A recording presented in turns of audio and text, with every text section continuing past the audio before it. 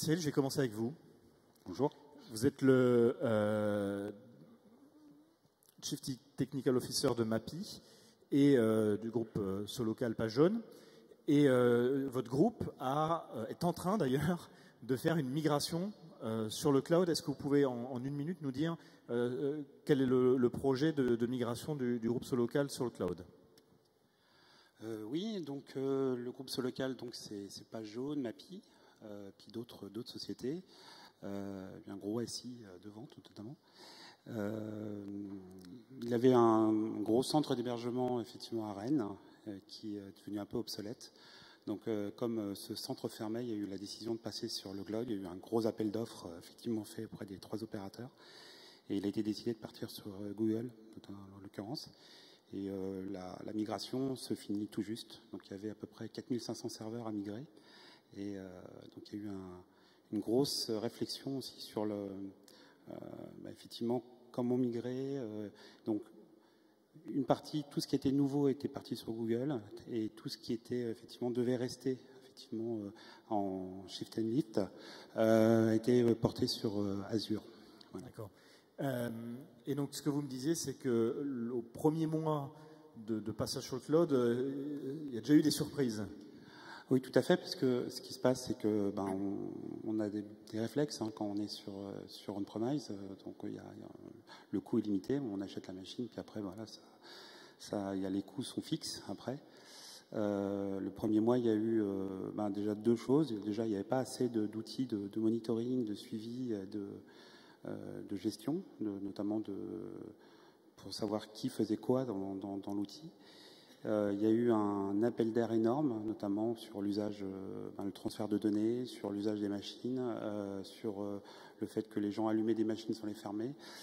Et il y a eu, oui, une facture d'une dizaine de milliers d'euros rien que pour le premier mois, ce qui était une grosse surprise. Donc, des dizaines de milliers d'euros, pourquoi? Pour quel résultat? Juste pour les premiers tests, en fait. Voilà. C'est-à-dire pour rien, il y a une grosse migration qui s'est faite. Et en allumant les machines, tous les coups, il y a eu effectivement une énorme facture qui est arrivée. Donc il y a eu retour immédiat sur l'on-premise et un gros voilà.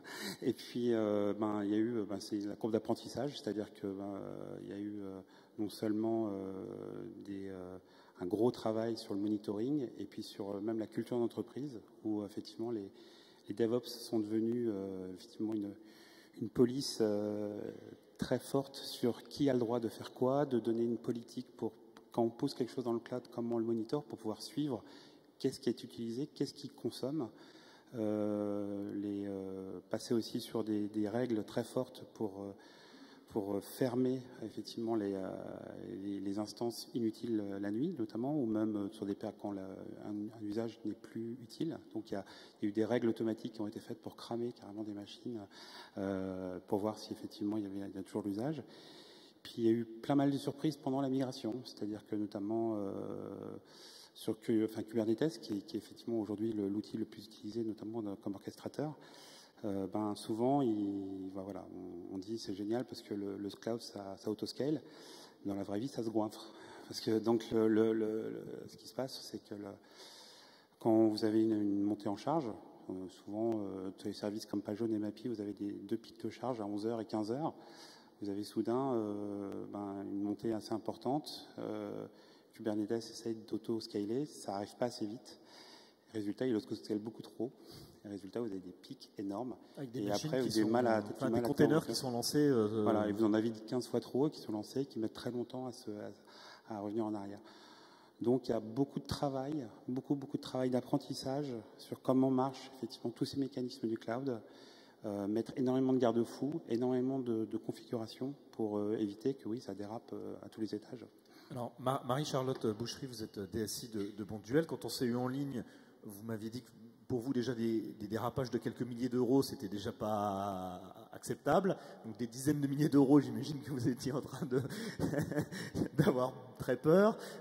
Qu'est-ce que vous avez mis en place, justement, pour éviter les dérapages budgétaires liés au cloud? Alors, rapidement, Bonduel, même si je pense que beaucoup connaissent, on est un groupe qui fait à peu près 2,8 milliards.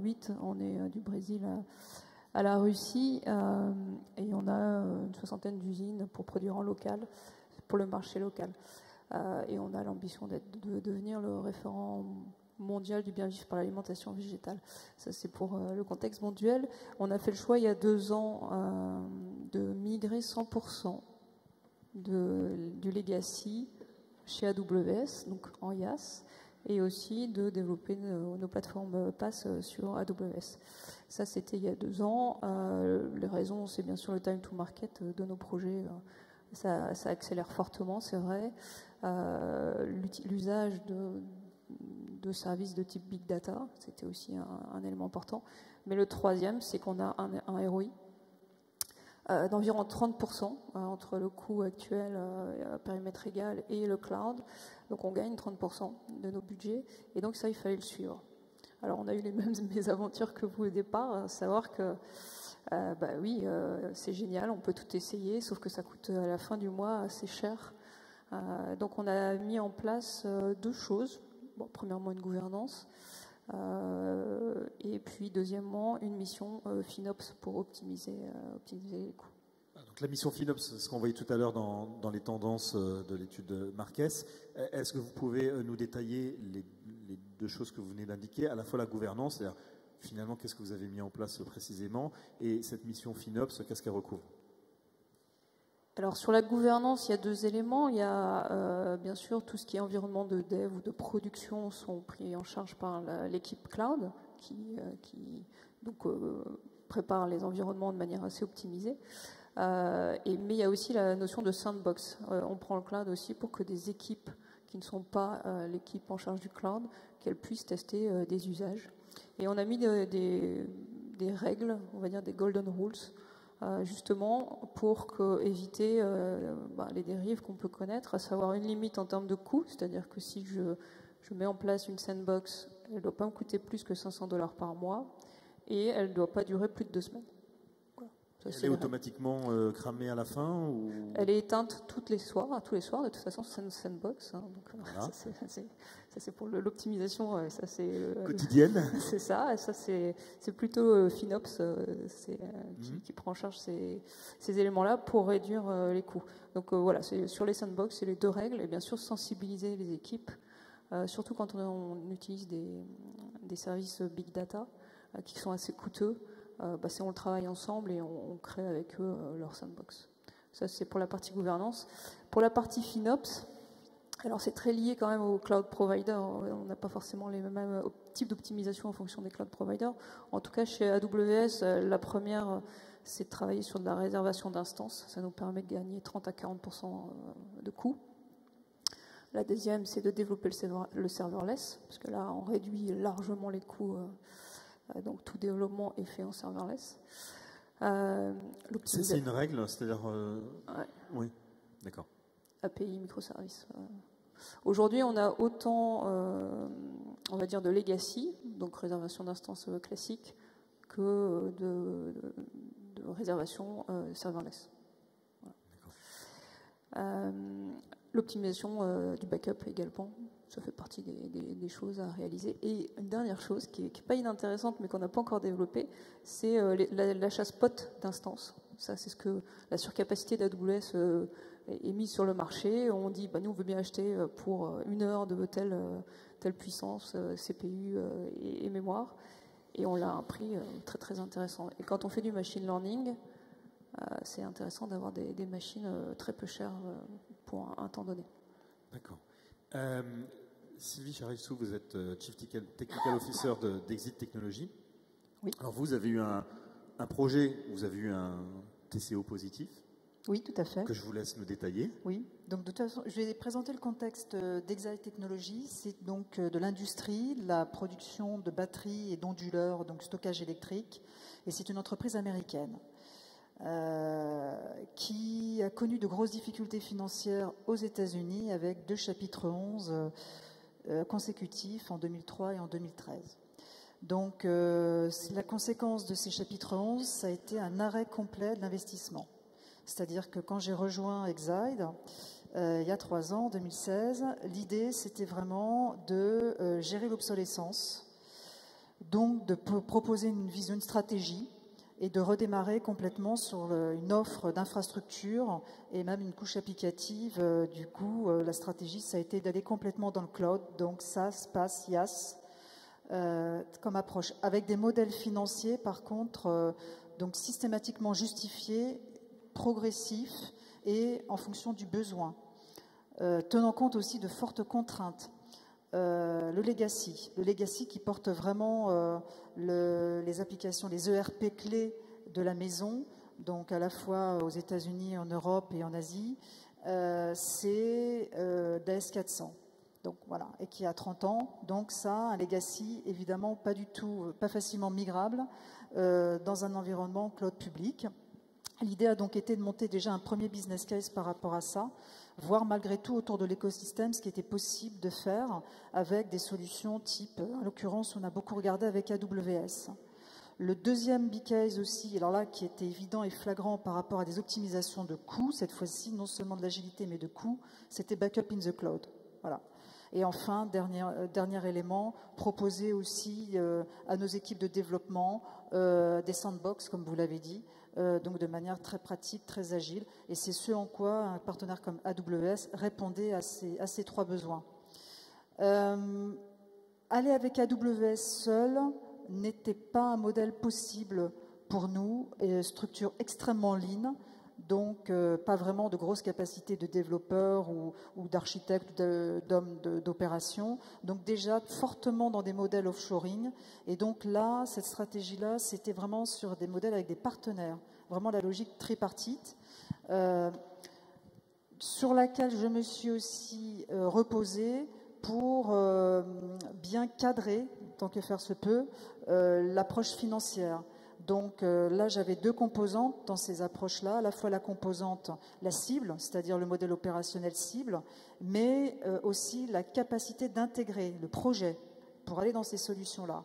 Et là, avec des partenaires, donc j'ai choisi donc différentes solutions de cloud public, en l'occurrence AWS ou Google Cloud Platform, et systématiquement le partenaire ou les partenaires qu'on allait privilégier si on partait sur telle ou telle solution. Et ça m'a vraiment permis des niveaux et des leviers d'action pour une prise en charge, parfois sur certains sujets, tout ou partie, par le biais de vouchers, de l'intégration dans ces nouvelles solutions.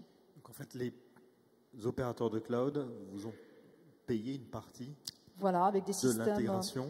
Oui. Ce qui vous a permis, vous, si vous n'avez pas pu négocier le tarif du cloud, mais vous avez négocié ce qu'il y a autour. Et puis de m'apporter aussi une certaine marge de manœuvre financière. Donc je ne peux pas faire d'investissement CAPEX à cause de ce contexte historique chapitre 11.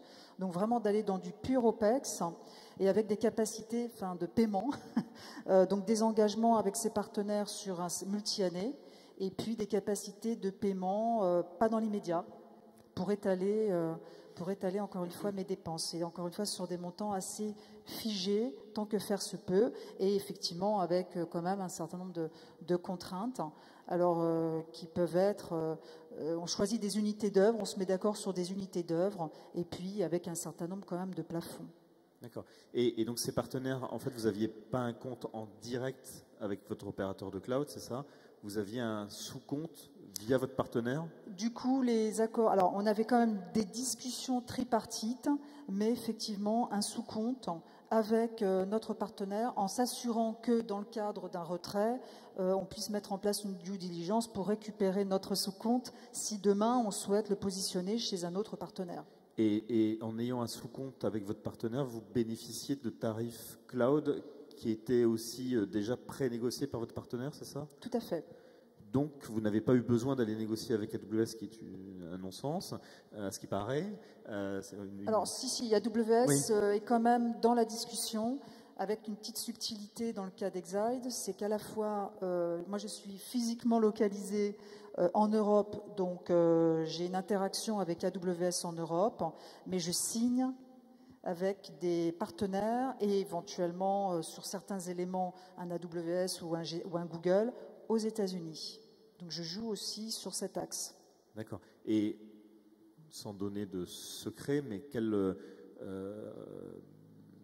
quelle marge de manœuvre budgétaire on arrive à négocier justement quand on passe avec un sous-compte partenaire auprès d'un AWS? Alors, c'est encore une fois, c'est vraiment sur le positionnement du service. Donc voilà, sur la partie intégration, on va dire que j'ai obtenu des niveaux de crédit par rapport à des systèmes de balancier de prix, encore une fois avec différents intégrateurs en plus qu'on positionnait en face, qui étaient apportés par exemple par AWS.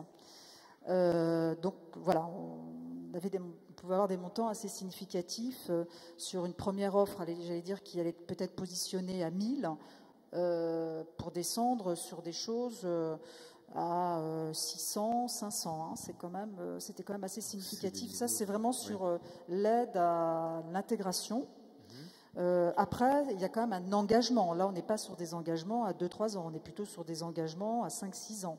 D'accord. Hein, c'est effectivement la contrepartie et sur le coût de la plateforme. Sur le coût de la plateforme, on essaie effectivement aussi pour le coût de figer, tant que faire se peut, les prix. Voilà. Après, non, à proprement parler, ça dépend des acteurs, encore une fois. Si on s'inscrit dans des modèles de pilotes, où on accepte d'être pilote, early adopters, on peut avoir, en tout cas, dans la négociation aux US, on peut avoir des avantages. De quel niveau? Donc, on va avoir des négociations de gré à gré, si vous voulez, sur des tests ou sur des périodes sur lesquelles, encore une fois, on ne va pas forcément payer tout de suite. D'accord. Cyril, sur la surveillance des coûts du cloud, vous avez aussi mis en place des FinOps. Oui, c'est local. Est-ce que vous pouvez nous en parler? Donc c'est l'émergence de plein de nouveaux métiers, effectivement. Puis c'est, comme je disais tout à l'heure, une autre façon de travailler. Historiquement, on avait des DevOps qui étaient plutôt là pour automatiser les choses, gérer effectivement l'hébergement physique. Aujourd'hui, leur travail va être essentiellement autour de la surveillance et des outils, le développement des outils de surveillance de l'usage du cloud, l'automatisation effectivement et l'optimisation des ressources, l'alerting si effectivement il y a quelque chose qui commence à dériver fortement. Donc oui, on a maintenant 2 personnes qui sont dédiées plein temps à la surveillance quotidienne effectivement des coûts, parce que sinon on retrouve un peu les problématiques dont j'ai parlé tout à l'heure. Il y a de l'expertise qui, notamment sur la façon de travailler. Il y a de la discussion permanente avec les fournisseurs du cloud. Nous, dans les discussions, pareil pour l'optimisation effectivement du TCO, il y a cette phase de migration qui coûte cher. Donc c'est là où vous avez, je pense, le plus de marge de négociation, puisque là, oui, souvent dans les appels d'offres, c'est là où effectivement, les 3 grands se tirent un peu la bourre sur l'accompagnement. Sincèrement, ils ont des équipes très bonnes pour vous aider à migrer, qui sont vraiment très fortes et qui répondent très vite. Que ce soit Microsoft, Google ou Amazon, sincèrement, ils ont des gens qui s'ils veulent venir vous accompagner, sincèrement, ils ont des experts qui sont très forts là-dedans. Mais justement, il faut le négocier, parce que si vous ne le demandez pas, vous ne les aurez pas. Hein. Donc, il faut les demander et puis demander à ne pas les payer, quoi. Oui, c'est ça. Enfin, ça fait partie de la négociation globale. C'est-à-dire que voilà, il y a un accompagnement et il y a une partie qui est prise en charge par effectivement l'opérateur cloud qui s'y retrouve de toute façon dans la durée. Hein. Je veux dire, c'est comme les imprimantes. Hein. L'imprimante en elle-même elle est pas chère, les cartouches elles coûtent cher par contre. Voilà. Donc et puis derrière, vous devez avoir aussi alors nous effectivement on a opéré plein de choses, c'est-à-dire commencer à fine-tuner quelles sont les instances. Combien d'instances permanentes on allait acheter, voilà, pour savoir, c'est cette jauge qui est effectivement pas simple à avoir au début, parce que voilà, vous dites bon voilà, quand je parlais d'autoscaling, mais en fait il y a des instances, vous dites si effectivement j'achète Il y a un certain nombre d'instances où de toute façon je ne les attendrai pas parce que c'est mes serveurs web, c'est mon stockage principal, enfin plein de choses, de toute façon je ne vais pas le couper. Vous pouvez avoir des économies de 30 à 40% facilement sur ce genre d'instance. Mais après, combien il vous en faut? Voilà. Et puis après, comme je disais tout à l'heure, une vraie connaissance des mécanismes de chaque cloud. Chaque cloud n'a pas du tout la même mécanisme, même s'ils se ressemblent tous. Donc il faut vraiment développer une expertise qu'on ne développe pas simplement au début. Ça passe aussi par un changement souvent de sa structure RH. Il y a des gens qui, le cloud n'attire pas tout le monde, déjà, primo. Et secondo, souvent, il faut aller chercher des experts qui, aujourd'hui, sur un marché RH qui est très tendu, puisqu'il y a plein de gens qui le demandent. Enfin, le seul point que je voudrais juste évoquer, c'est, encore une fois, si on part dans le cloud, alors, c'est pas la panacée, d'accord. Si on est dans le e-commerce, oui, ça a un sens évident. Si on démarre une structure et qu'on n'a pas effectivement un on-premise amorti, oui, bien sûr, il faut partir dans le cloud, c'est évident. Dans les autres cas, il faut peut-être y aller, faut peut-être réfléchir fortement et discuter beaucoup avec eux pour voir combien ce coût et comment la stratégie pour y aller. Parce que souvent, en tout cas moi, les autres sociétés comme Blablacar ou effectivement La Fourchette avec qui j'ai pu discuter, tous me disent, de toute façon, notre coût derrière d'hébergement sera supérieur à celui de l'on-premise. Tous. Voilà. Donc le coût derrière de le cloud sera plus cher. Mais on a un niveau de service qui est bien supérieur. Donc voilà. Et de flexibilité, d'ouverture, on parlait effectivement de développeurs qui ont des sandbox pour pouvoir aller beaucoup plus vite. On a des services managés, on a de la capacité, l'élasticité. Donc on parlait souvent énormément de gestion, effectivement, de services. On parlait de Kafka tout à l'heure. Par exemple, c'est ce genre de choses sur lesquelles vous n'avez pas besoin d'avoir d'équipes qui sont expertes dans ces services-là, puisque ce sont les serveurs de cloud qui arrivent. Mais voilà, ça a un prix. Voilà. Donc il faut le savoir. Marie-Charlotte Beauchery, vous m'avez dit que a priori, vous avez un ROI positif sur votre passage au cloud. Est-ce que vous pouvez nous détailler un peu ce ROI, pourquoi il est positif et comment vous avez fait en sorte qu'il soit positif? Bon, c'est assez simple. On avait des coûts d'hébergement, des coûts. Une partie de nos infrastructures était administrée et externalisée.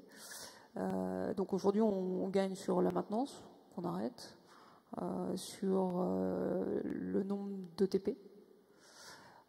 Et on gagne sur l'hébergement. Et le principal coût entre ces trois, enfin la principale source d'économie entre ces trois, c'est plutôt la partie maintenance, en fait la problématique d'être hybride, c'est-à-dire garder une partie du legacy en on-premise et une partie dans le cloud, c'est justement une partie de ces maintenances, on est obligé de les garder. Donc on a les coûts, on a le double coût. Donc c'est pour ça que nous, on a fait le 100%. Sinon, on n'avait pas forcément de ROI. Vous êtes 100% cloud, mono-cloud AWS. On est à 60% aujourd'hui, puisque c'est sur 3 ans. Oui. Et on est dans la dernière année. Et on peut dire aujourd'hui que le ROI qu'on devait atteindre au bout des 2 ans est atteint. D'accord. Et ce que vous me disiez, vous, c'est qu'il y a aussi des possibilités, justement, pour améliorer un peu les fins de mois, de financement possible de certains projets. Par les acteurs du cloud, en fait, qui est un moyen d'optimiser son TCO. Oui, on a des crédits. D'accord. Sur quel type de projet? Surtout sur des projets à valeur ajoutée pour le business et d'usage de nouveaux services autour du big data, souvent. D'accord. Et une question complémentaire sur le rôle de FinOps que vous avez mis en place tous les deux. Est-ce que finalement, le rôle de FinOps n'enlève pas une partie de l'agilité qui est censé amener le cloud, où en gros, on fait le dessin, mais on dit le cloud c'est génial, on a une idée, on lance une machine, on peut faire le truc. Bon là en fait, on a une idée, il faut remplir un formulaire, il y a quelqu'un qui va valider le truc, etc. Est-ce qu'on perd pas l'agilité? Est-ce qu'on revient pas finalement on-premise sans l'aspect hardware Alors moi je dirais non, des moments où en fait l'agilité sans cadre, ça coûte très cher. Donc il faut juste mettre un cadre, mais ce cadre ne doit pas être limitant, c'est-à-dire que Aujourd'hui, tout le monde, à travers le portail qu'on a en place, peut créer son environnement sandbox. Tout le monde. Mais avec la règle, sensibilisation des équipes sur attention, ça, ce sont des services coûteux, on va le travailler ensemble. Mais jamais on dit non. D'accord. Cyril, vous avez aussi un portail ou c'est en cours de mise en place? On n'a pas encore de portail, ça va arriver. Ça fait partie des choses qu'on doit faire. Nous aussi, effectivement, la sandbox est ouverte à tous. C'est très facile de l'ouvrir. Par contre, avec des règles que, de toute façon, la sandbox, le soir, elle sera cramée. Donc, de toute façon, il y a quand même un risque limité. Par contre, oui, il y a on va dire une surveillance très forte pour que autoriser une instance à partir en production, elle doit suivre énormément de règles, de tagage notamment, de suivi, de monitoring, de validation, pour être sûr qu'elle suit énormément de règles, notamment autour de Kubernetes, autour la definition of done est assez importante pour être sûr que ce qui part en prod ne va pas déraper. Et pour terminer, une question pour tous les trois. Est-ce qu'il y a un certain nombre de startups qui sont lancées dans le monitoring des coûts du cloud? Il y a aussi des éditeurs traditionnels, je pense à BMC, qui ont sorti des suites de logiciels qui permettent justement de mesurer, suivre, diminuer en théorie ces coûts du cloud. C'est des choses que vous regardez? Commencez par vous, Sylvie. Non, puisque non, c'est vrai, non, je dois l'avouer, j'ai pas regardé ça pour le moment, parce que comme je vous l'ai dit, vu que moi j'ai élargi, si vous voulez, pour moi c'est pas le cloud, c'est pas la relation avec un AWS ou un Google, mais c'est plutôt le partenaire au final. Hein. Et donc j'ai mes unités d'œuvre que j'ai identifiées avec lui et qui va piquer, par exemple, si c'est sur la partie hybride, la composante AS400 ou les composantes qu'on rajoute au fur et à mesure avec de la AWS. Donc moi, par contre, je vais plutôt faire très attention et donc, alors je ne l'ai pas évoqué, mais moi je passe traditionnellement par la solution, j'ai le Modality, là, et puis donc il y a des demandes, des requests qui sont faites, y compris par le business ou les équipes applicatives. Et puis après, voilà, on réfléchit, on voit, et en fonction de ça, on a une espèce de catalogue de services internes et on chiffre par rapport aux unités d'œuvre du partenaire qu'on actionne derrière. Marie-Charlotte Boucherie, vous avez commencé à regarder ou pas encore? On avait regardé avec un partenaire la solution qu'il proposait, ça nous paraissait très très cher. Donc on l'a développé nous-mêmes. D'accord. Sur AWS, il y a toutes les API pour suivre les KPI qui nous paraissent un temps de pertinents. dev, ça vous a coûté combien en dev finalement, en jour homme ou... 2 jours. Combien? 2 jours. Ah oui, effectivement. Donc, c'est pas cher. Oui, c'est pas cher, oui. Cyril? Oui, il y a des discussions, enfin il y a des POC qui sont en train d'être faits, donc ça c'est très tôt aujourd'hui.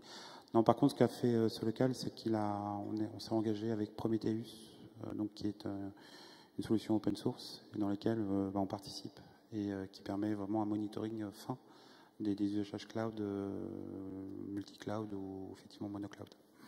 Très bien. Merci à tous.